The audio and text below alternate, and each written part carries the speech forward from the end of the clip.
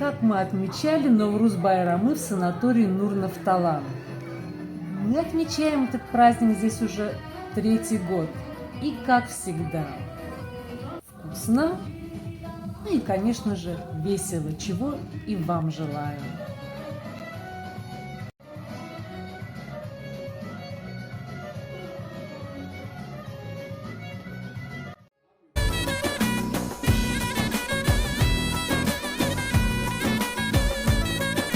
Közağa sen de gelsene, gelip sana bir sene.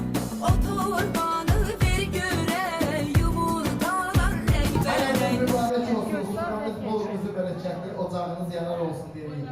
Ay sağ ol. Konaklar, kim bize koşulmak istiyor gelsin yanımıza. С праздником вас, мои дорогие!